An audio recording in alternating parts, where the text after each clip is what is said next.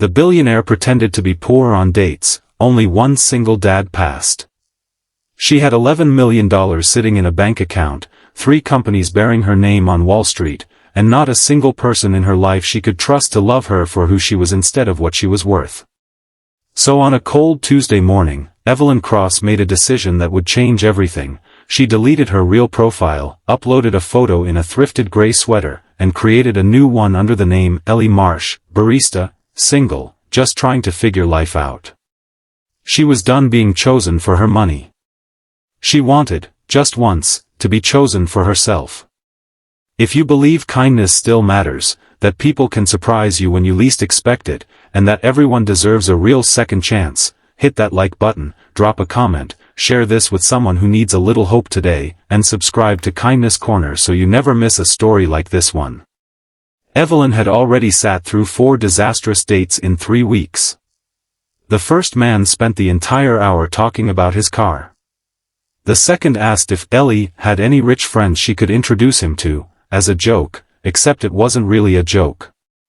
The third cancelled the moment she mentioned she didn't have a real job yet. The fourth showed up 40 minutes late and left before the check came. Each time, she drove home in her modest rented sedan. She'd left the Mercedes at the office, and wondered if there was a single honest man left in the world, or if everyone eventually showed their true face once they thought there was nothing to gain. Then she matched with Marcus Reid. His profile was simple. A photo of him laughing with a little girl on his shoulders at a fair, cotton candy in her hand, sunlight catching both their faces. His bio read only, single dad. Coffee shop regular. Bad jokes guaranteed. No mention of a job, no flashy car, nothing performative. Just a man who looked, in that one photo, genuinely happy with the small life he had. Something about it made Evelyn's chest tighten in a way she couldn't quite explain. They met at a small diner near the edge of downtown, the kind of place with a chalkboard menu and mismatched coffee mugs and a bell over the door that jingled every time someone walked in. Evelyn arrived first, twisting her hands in her lap, more nervous than she'd been walking into any boardroom. When Marcus walked in, he didn't look around for the most impressive-looking woman in the room. He walked straight to her table, sat down, and smiled like he'd known her for years. He told her about his daughter, Lily, who was 7 and obsessed with dinosaurs and refused to eat anything green. He told her he worked long shifts as a mechanic at a small auto shop 2 blocks from his apartment, and that some months were tighter than others, but Lily never went without a hot meal or a bedtime story. He didn't complain. He didn't ask Evelyn a single question about her finances, her job title, or her apartment. Instead, he asked what made her laugh, what she was afraid of, whether she believed people could really change.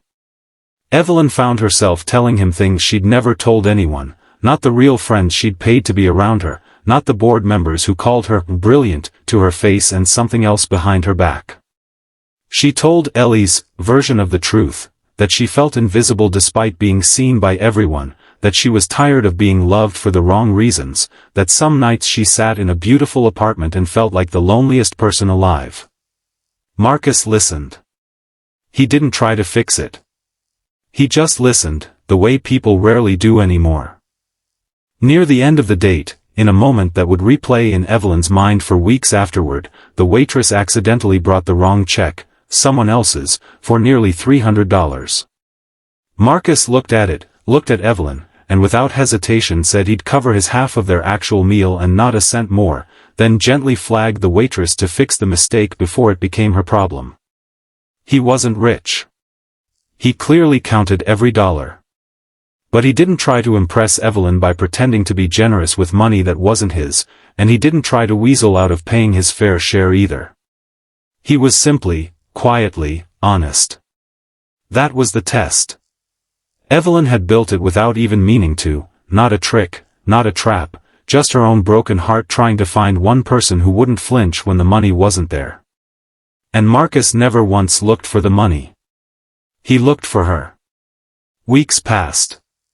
They saw each other again, then it became a quiet, comfortable rhythm, coffee after his shifts, walks in the park with Lily chasing pigeons, phone calls that stretched past midnight. Evelyn still hadn't told him the truth, and the guilt of it sat heavier in her chest with every laugh he gave her, every small kindness he offered without expecting anything back. She knew she couldn't keep the secret forever. She knew that when he found out, he might feel betrayed, deceived, made a fool of. But she also knew, for the first time in years, that she had found someone worth the risk of honesty. She told him on a Sunday afternoon, sitting across from him at that same diner where it all began. She showed him her real name on her ID, pulled up news articles with her face on them, watched his expression shift from confusion to disbelief to something that looked almost like hurt. He was quiet for a long moment. Then he asked her only one question: had any of it, the laughing, the listening, the late-night calls, had any of it been real? Evelyn told him it was the realest thing in her life. He studied her face, searching for the lie, and didn't find one. Marcus didn't need her money. He'd never wanted it. What he wanted, he said quietly, taking her hand across the table, was simply not to be lied to again. Lily's mother had left them both once, and honesty was the one thing he couldn't compromise on. Evelyn promised him there would be no more secrets, and this time, she meant it with everything she had. If this story touched your heart even a little, please take a moment to like this video, leave a comment, and share it with someone who needs to believe that real love and real kindness still exist in this world. And before we go, if you believe that people should be loved for who they truly are, and not for what they own, type the word kindness in the comments below. Let's fill this page with proof that good hearts still exist.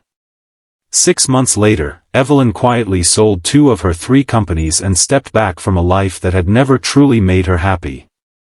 She spent her mornings at Marcus's shop, learning the difference between a wrench and a ratchet, badly, and her evenings with Lily, learning the names of dinosaurs she'd never heard of.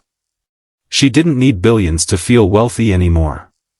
She had found something money could never buy, a family that loved her simply, honestly, completely, for exactly who she was underneath everything else.